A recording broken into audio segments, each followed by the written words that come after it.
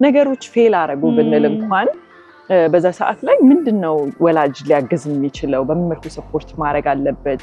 ሁሉም ልጅ በሄደበት ቦታ ውጤታማ ይሆን የከለልጅ ተመርቆ እሱ እንደዚህ ቁጭ ብሎ የሚለው ልጆቹን ማሰማቱ አይጠቅምም። ይሄ ማህበራዊ ግንኙነታቸው ሰፊ የሆኑ ልጆች ከዘመዶቻቸውም ጋር እንዲህ አይነት መፍጠር አያቅታቸው ከማህበረሰብ ጋር ይኖራሉ።